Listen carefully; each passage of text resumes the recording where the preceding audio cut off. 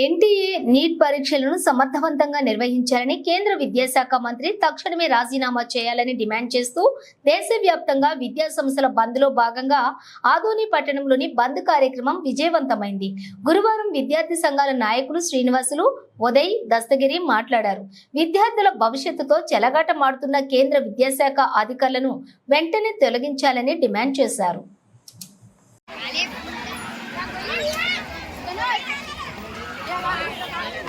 అది విండస్ట్రీ బంద్ చేసింటారు బంద్ చేసింటారులే.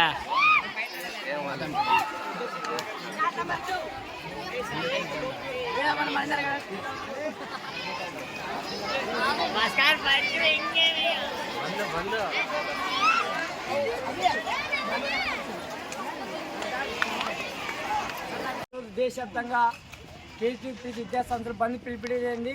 ఈ బంద్ ముఖ్య ఉద్దేశం ఏంటంటే ఏదైతే నీట్ పరీక్షల్ని మళ్ళీ నిర్వహించాలని చెప్పేసి, ఏదైతే నీట్ పరీక్ష పేపర్ లీకేజ్ ఖాయమైనటువంటి ఎన్టీఆర్ సమస్యని వెంటనే రద్దు చేయాలని చెప్పేసి, ఏదైతే నీట్ పరీక్ష లీకేజ్ పైన ఈరోజు కేంద్ర ప్రభుత్వం ఏమాత్రం స్పందించుకోకున్నట్లా ఒకవైపు కేంద్ర విద్యాశాఖ మంత్రి కూడా లేదా పార్లమెంటు కూడా ఒక మాట మాట్లాడలేని పరిస్థితి కనబడుతుంది. కాబట్టి ఈరోజు రాష్ట్ర కేంద్ర ప్రభుత్వాలు నీట్ పరీక్షల పైన వెంటనే స్పందించి నీట్ పరీక్షల్లో నష్టపోయిన విద్యార్థులకి నష్టపరిహారం ఇవ్వాలని చెప్పేసి, అదేవిధంగా దేశంలో మూసివేసిన పాఠశాలని మళ్ళీ గుణపాదించాలని చెప్పేసి అనేక డిమాండ్తో ఈరోజు బంద్ పిలిపించింది. ఆదరణ పట్టణంలో బంద్ విజయవంతం చేయడం జరిగింది.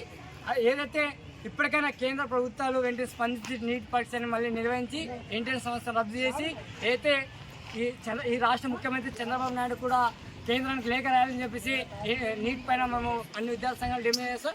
ఈ ధర్నా ఉద్దేశించి బీడీఎస్ఎఫ్ రాష్ట్ర కన్వీనర్ రమేష్ గారు మాట్లాడతారు.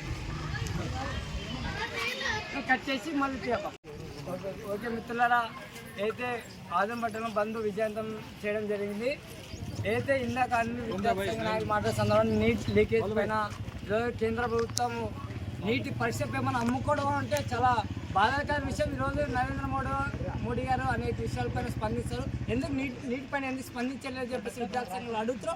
అదేవిధంగా నైతికంగా బయట వహించి కేంద్ర విద్యాశాఖ మంత్రి రాజీనామా చేయాలని చెప్పేసి అన్ని విద్యార్థి సంఘాలు డిమాండ్ చేస్తారు. బట్ ఇప్పటికైనా నీటి పరీక్షల పైన నష్టపోయిన విద్యార్థులకి నష్టపరిహారం చెల్లించి విద్యార్థులు ఆదుకోవాలా. లేని పక్షం దేశవ్యాప్తంగా విద్యార్థులు కలుపుకొని పెద్ద ఎత్తున ఆందోళనకు శ్రీకారం చుట్టామని చెప్పి కేంద్ర ప్రభుత్వానికి హెచ్చరిక జారీ చేస్తున్నాం.